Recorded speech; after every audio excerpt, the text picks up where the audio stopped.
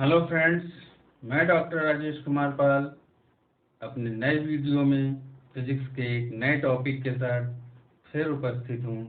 चलिए हम लोग फिजिक्स को एंजॉय करते हैं। आज का टॉपिक है हमारा length contraction and time dilation. तो पहले हम लोग लेंथ कॉन्ट्रैक्शन के बारे में डिस्कस करेंगे, देन आफ्टर टाइम डायलेशन के बारे में डिस्कस करेंगे। तो थोड़ा सा समझने की कोशिश करते हैं कि लेंथ कॉन्ट्रैक्शन क्या होता है। देखिए, हमारे पास अगर दो फ्रेम ऑफ रेफरेंस हैं एस एंड एस डैश, जिसमें कि एस फ्रेम हमारा स्टेशनरी पोजीशन पर है और S frame is moving with constant velocity v in positive X direction. तो यदि कोई रॉड अगर एस डैश फ्रेम में रखी हुई है और अगर S dash frame approximately equal to light velocity, अगर एस डैश फ्रेम लगभग लाइट की स्पीड से मूव कर रहा है तो हमको रॉड की लेंथ छोटी दिखाई देगी। इसी को हम लोग लेंथ कॉन्ट्रैक्शन कहते हैं, लंबाई में संकुचन कहते हैं। तो इसको कैसे प्रूव करेंगे, इसके न्यूमेरिकल्स क्या हैं वो देखेंगे थोड़े बहुत एक आधा, और उस पर डिस्कस करेंगे। थ्योरी वही है कि हमारे पास दो फ्रेम ऑफ रेफरेंस हैं,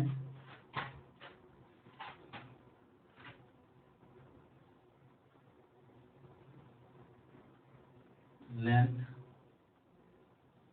contraction,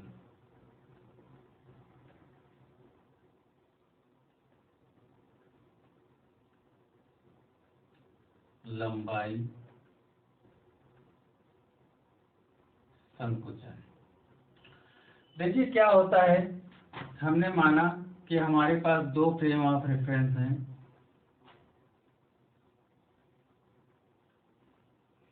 S dash and S. हमने ये भी माना कि एस डैश के जो कोऑर्डिनेट होंगे X dash Y dash Z dash होंगे और एस के कोऑर्डिनेट होंगे एक्स वाई और जेड। अब बच्चों, हमने एक रॉड कंसीडर किया, ये हमारे पास एक रॉड है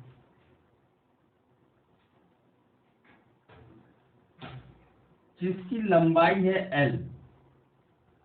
मान लेते हैं इसकी लंबाई है L0। कंसीडर कर लिया कि इसकी लंबाई है L0। तो इसके कोऑर्डिनेट्स क्या होंगे? इसके कोऑर्डिनेट्स होंगे x1 डैश x2 डैश। ये होंगे एस डैश फ्रेम के रिस्पेक्ट में। लेकिन अगर इसी रॉड को हम इस फ्रेम ऑफ रेफरेंस के रिस्पेक्ट में कंसीडर करेंगे तो उसके जो कोऑर्डिनेट होंगे x1 और x2 होंगे। अब अगर हम लेंथ निकालेंगे, लेंथ ऑफ, यही हमारी थ्योरी हो जाएगी, जो हम बोल रहे हैं यही थ्योरी है, आप लोग लिख सकते हैं। तो बाकी तो लगभग जो इसके पहले मैंने वीडियो बनाए हैं, जो लेंथ लॉरेंस ट्रांसफॉर्मेशन का, गैलीलियन ट्रांसफॉर्मेशन का, उसमें भी यही थ्योरी थी। There are two frame of reference S and S dash. S frame is at stationary condition and S dash is moving with constant velocity v in positive X direction. अब जो कुछ एक line बढ़ेगी वो ये बढ़ेगी, let a rod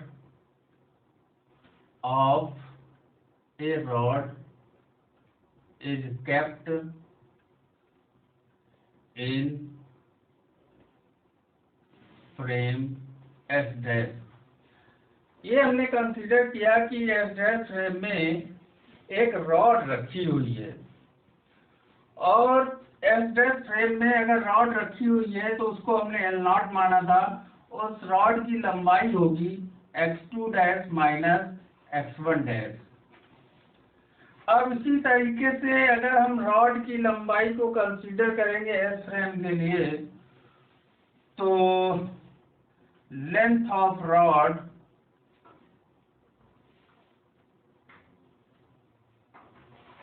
with respect to frame S तो हो जाएगी L is equal to x2 minus x1। अब देखते हैं, आप लोग चाहें तो वीडियो को पॉज करके इसको नोट कर सकते हैं, नोट कर लीजिएगा। मैं अभी इसको रब कर रहा हूं।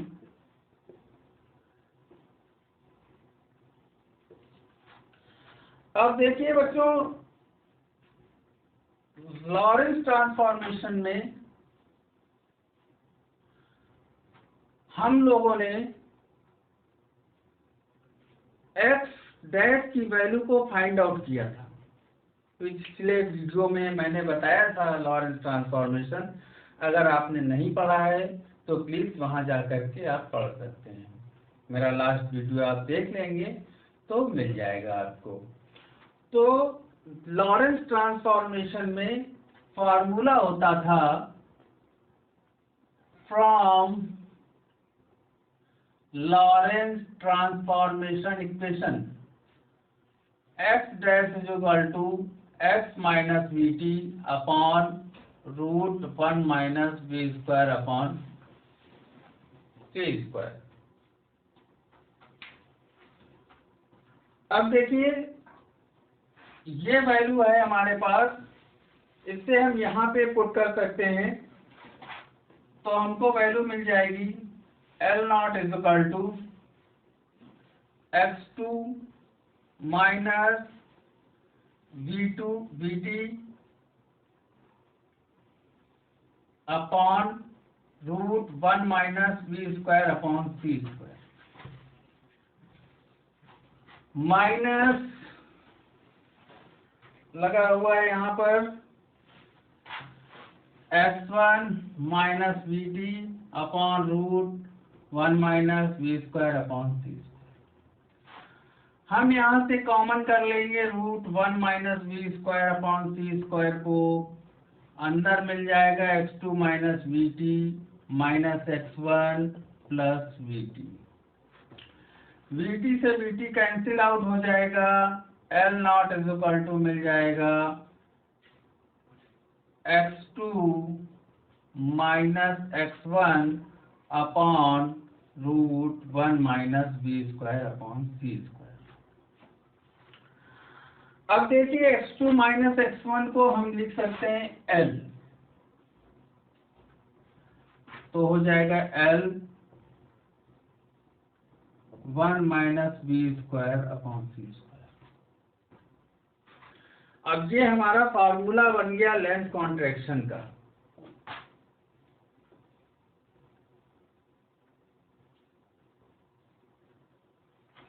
लेंथ कॉन्ट्रैक्शन का फार्मूला बन गया L is equal to L not root 1 minus V square upon C square. ये लेंथ कॉन्ट्रैक्शन का फार्मूला है, बहुत पूछा जाता है क्वेश्चंस में, पेपर्स में बहुत पूछा जाता है। आप लोग इसको अच्छे से तैयार कर लीजिएगा। अब देखते हैं, यहाँ पर जो L नॉट है वो ओरिजिनल लेंथ है रॉड की, और L जो है वो अपीयरिंग लेंथ है रॉड की। तो जो L होगी वो हमेशा L नॉट से छोटी होगी। ठीक है, ये बच्चों प्रूव हो गया है लेंथ कॉन्ट्रैक्शन। आप लोग इसको प्रिपेयर कर लीजिएगा। अब देखते हैं, इस पे एक न्यूमेरिकल देख लेते हैं। एक चीज और याद रखिएगा लेंथ कॉन्ट्रैक्शन में, कि लेंथ कॉन्ट्रैक्शन में रॉड की लेंथ की डायरेक्शन में अगर मोशन होगा तो उसकी लेंथ में शॉर्टनेस आएगी। लेकिन अगर रॉड की लेंथ की डायरेक्शन में अगर मोशन नहीं है, रॉड की लंबाई के अनुदिश अगर मोशन नहीं है, तो रॉड की लेंथ में कोई परिवर्तन नहीं होगा। रॉड की लेंथ की लंबाई, रॉड की लेंथ की डायरेक्शन में अगर मोशन है तो एस फ्रेम से ऑब्जर्वर को उसकी लंबाई कम दिखाई देगी। चलिए इस पे एक न्यूमेरिकल करते हैं। मान लेते हैं हमारे पास कोई रॉड है जिसकी लंबाई 5 मीटर है, ये ओरिजिनल लंबाई है 5 metre. Let's there is a rod of length 5 metre, appear 4.3 metre, हमको एपियर होती है 4.3 मीटर की। तो 4.3 मीटर की एपियर होती है when rod is moving along its axis, जब रॉड अपनी एक्सिस के अलोंग मोशन करती है तो हमको इतनी दिखाई देती है। Find out at what speed rod is moving, हमको स्पीड फाइंड आउट करना है किस स्पीड पे लाइट मूव कर रही है। तो सिंपल सा है, ये फार्मूला है हमारे पास, हमको ये गिवन है और एल भी गिवन है, सी पता है हमको, सी की वैल्यू 3 × 10⁸ मीटर पर सेकेंड होता है। तो जब हम सारी वैल्यू को पुट कर लेंगे, यानी कि 4.3 इक्वल टू यहाँ पे 5√1 - v²/c², जब हम सारी वैल्यू रख लेंगे तो हमको सॉल्व होने के बाद 1.52 × 10⁸ मीटर पर सेकेंड स्पीड आ जाएगी। समझ रहे हैं बच्चों? ये इसका एक न्यूमेरिकल हो गया। इसी तरीके से और भी न्यूमेरिकल्स हैं। न्यूमेरिकल सॉल्यूशंस के लिए आप हमारे ब्लॉग स्पॉट पर जा करके सॉल्यूशंस विथ बहुत सारे न्यूमेरिकल्स हैं, आप वहां पर उसके सॉल्यूशंस देख सकते हैं। चलिए अब अगला टॉपिक शुरू करते हैं। अगला टॉपिक है बच्चों टाइम डायलेशंस का। तो देखते हैं जरा उसको। टाइम डायलेशंस में ये बताया जाता है कि यदि हमारे पास कोई घड़ी है और अगर वो एस फ्रेम में रखी हुई है, तो मान लेते हैं कि दिन में 24 घंटे होते हैं, तो घड़ी अपना पूरा चक्कर 24 मिनट में कंप्लीट कर लेगी। लेकिन अगर उसी घड़ी को एस डैश फ्रेम में मूव करा दिया जाए तो वो घड़ी सुस्त हो जाएगी, यानी उस घड़ी का टाइम डिले हो जाएगा। अर्थात जो घड़ी 24 घंटे में पूरा रोटेशन करती थी, अब वो हो सकता है 23 घंटे में करे, 22 घंटे में करे, लेकिन 24 घंटे में नहीं करेगी, यानी टाइम पीरियड उसका बढ़ गया।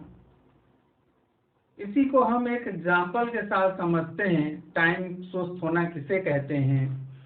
मान लेते हैं कि दो भाई हैं, जुड़वा हैं, उनमें से एक भाई यही हमारी अर्थ पर रहता है और दूसरे भाई को हम स्पेस में जर्नी के लिए भेज देते हैं। तो अगर वो स्पेस में लगभग स्पीड ऑफ लाइट के बराबर वेलोसिटी से मूव कर रहा है, लगभग बराबर, नॉट इक्वल, क्योंकि स्पीड ऑफ लाइट के बराबर कोई भी स्पीड नहीं हो सकती, मैक्सिमम स्पीड लाइट की स्पीड होती है, उसके बराबर नहीं हो सकती। हमेशा किसी भी ऑब्जेक्ट की वेलोसिटी लाइट की स्पीड से हमेशा कम ही होगी, but near about speed of light हो सकता है, approximately near to the speed of light हो सकता है। तो मान लेते हैं कि दूसरे भाई को हमने स्पेस में ट्रैवल करने के लिए भेजा है। मान लेते हैं वो स्पेस में कुछ समय रहता है, 1 ईयर 2 ईयर मान लेते हैं वहाँ वो रहता है। जब वो लौट करके आएगा तो यहाँ ये पाया जाएगा कि जो अर्थ पर था वो बूढ़ा हो चुका है, जबकि जो लौट करके आया है उसके कंपैरिजन में वो अभी यंग है। अर्थात उसके लिए जो स्पेस जर्नी पे गया था उसके लिए टाइम पीरियड बढ़ गया, उसके लिए घड़ी सुस्त हो गई, और जो हमारे यहाँ अर्थ पर था उसके लिए सेम टाइम वैसे ही चल रहा है। तो इसको ट्विन पैराडॉक्स के नाम से भी जानते हैं, ये जो मैंने आपको एग्जांपल दिया। तो इसको और आगे समझेंगे, लेकिन फिलहाल अभी ये देख लेते हैं कि इसको कैसे सॉल्व करते हैं। कैसे सॉल्व करते हैं एक आधा न्यूमेरिकल समझ लेते हैं, फिर आगे बात करते हैं। चलिए टाइम डायलेशन के लिए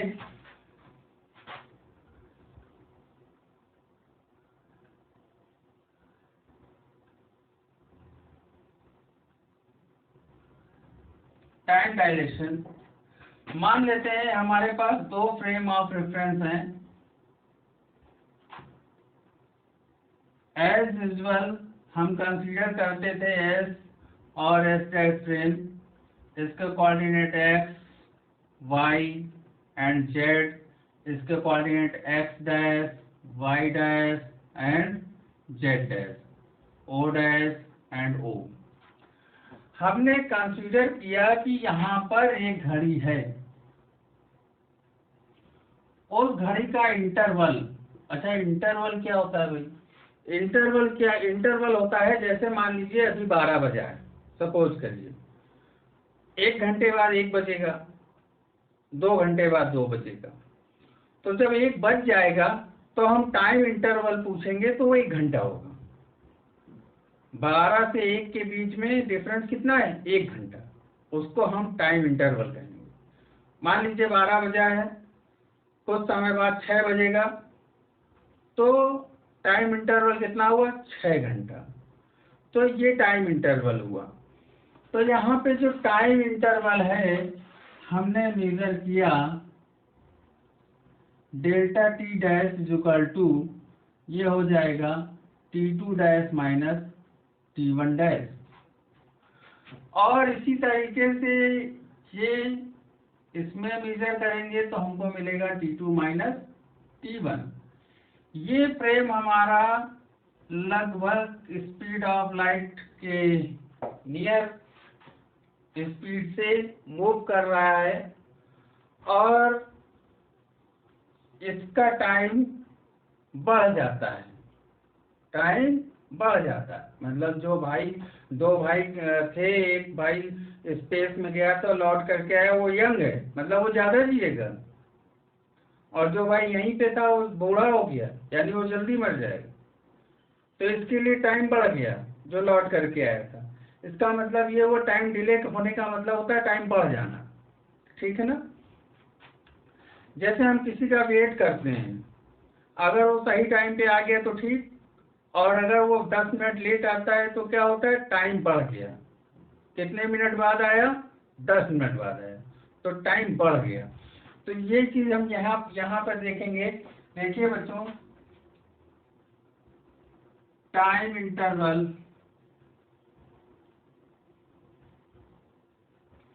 with respect to frame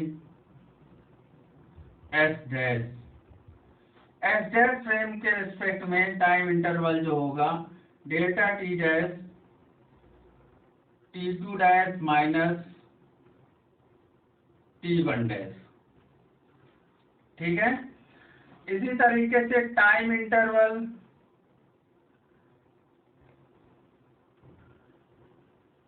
with respect to frame S delta T is equal to हो जाएगा T2 माइनस T1। ठीक है, आगे बढ़ते हैं। From Lorentz transformation equation, from Lorentz transformation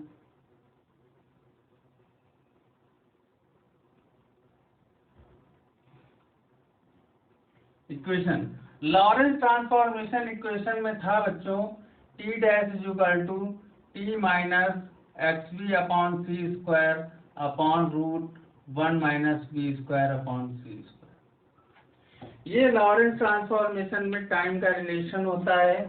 जिसने वीडियो ना देखा हो लॉरेंस ट्रांसफॉर्मेशन का, वो मेरे पिछले वीडियो में जा करके लॉरेंस ट्रांसफॉर्मेशन देख सकता है और समझ सकता है कि ये कैसे आया है। तो अब हम यहाँ पे देखते हैं T डैश की वैल्यू ये है, तो इक्वेशन हमारे पास ये लिखी है, इसमें हम इस वैल्यू को रखेंगे तो देखेंगे हमको क्या मिलेगा। Delta T dash is equal to sorry T2 minus X B upon C square minus T1 minus X B upon C square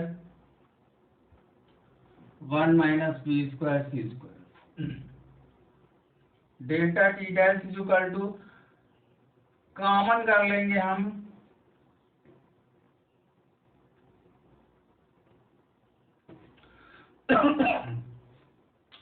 तो आपको मिल जाएगा T2 minus X B upon C square minus T1 plus X B upon C square. ये cancel हो जाएगा, हमको मिल जाएगा T2 minus T1 upon root 1 minus B square upon C square.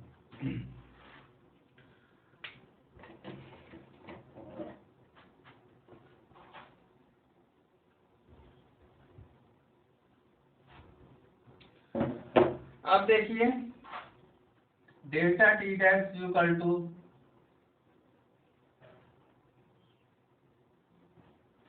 हम इसकी जगह डेल्टा T लिख सकते हैं।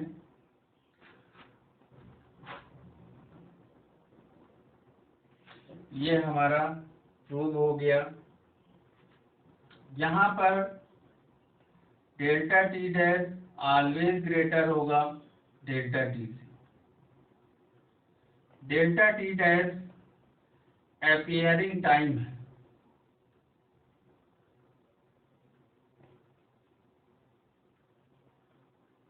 और डेल्टा T रियल टाइम है। डेल्टा T डैश को इम्प्रॉपर टाइम कहते हैं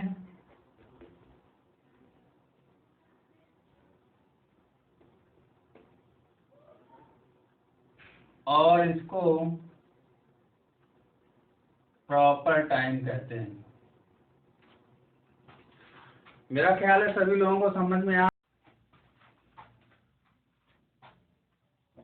चलिए एक न्यूमेरिकल करने की कोशिश करते हैं इस टॉपिक पे। तो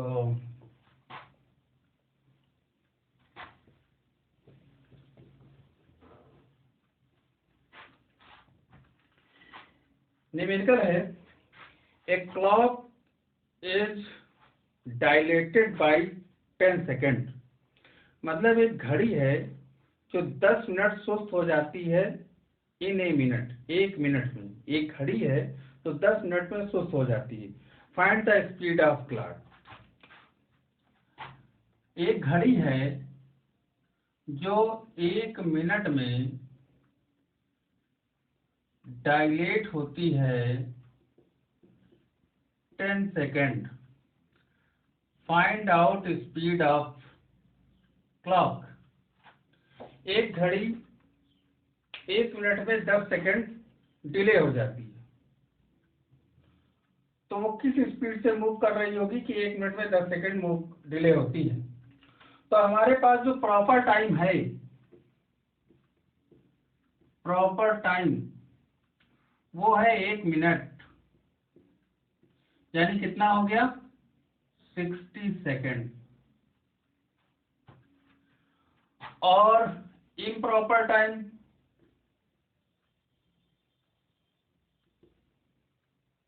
यानी ये डेल्टा टी और ये डेल्टा टी डैश कितना है इम्प्रॉपर टाइम?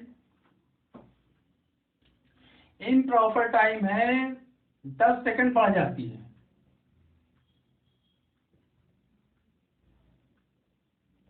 दस सेकंड सुस्त होने का मतलब है कि उस घड़ी का टाइम 10 सेकंड बढ़ जाता है। 10 सेकंड बढ़ गया, हो गया 70 सेकंड। अब हमारे पास सारी चीजें आ गई हैं, सिर्फ v की वैल्यू निकालनी है। तो delta T dash is equal to, ये फॉर्मूला लिखा हुआ है हमारे पास, डेल्टा टी डैश की जगह डेल्टा टी डैश रखेंगे। हमेशा याद रखना इधर वाली वैल्यू हमेशा बड़ी रहेगी। और डेल्टा टी की जगह ये टाइम रखेंगे।